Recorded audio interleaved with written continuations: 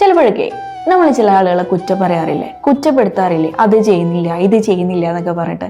ഞാൻ പലയിടത്തും കണ്ടിട്ടുണ്ട് കേട്ടോ. അപ്പോൾ കുട്ടികളെ നോക്കുന്നില്ല എന്ന് പറഞ്ഞിട്ട് കുറ്റം പറയുന്നവർ, വീട് ക്ലീൻ ചെയ്യുന്നില്ല എന്ന് പറഞ്ഞിട്ട് അവരെ കുറ്റം പറയുന്നവർ, പിന്നെ അതുപോലെ തന്നെ കുട്ടികളെ പഠിപ്പിക്കുന്നില്ല എന്ന് പറഞ്ഞിട്ട് കുറ്റപ്പെടുത്തുക. ഇങ്ങനെ ഒരുപാട് രീതിയിൽ ചിലപ്പോൾ നിങ്ങൾ കുറ്റപ്പെടുത്തലുകൾ കേൾക്കുന്നുണ്ടാകാം അല്ലേ?